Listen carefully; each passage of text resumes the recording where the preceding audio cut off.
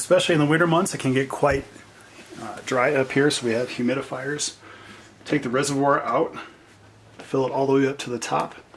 The way you do that is by unscrewing it, filling it up just with tap water, screw it. It doesn't need to be on very tightly, and then place it back in. When you first arrive, you're going to need to open up the humidifier. For it to work effectively, there is a filter in here, and this needs to be wet prior to turning it on. Once that's wet, you can just use a cup. You'll place the cover back on, and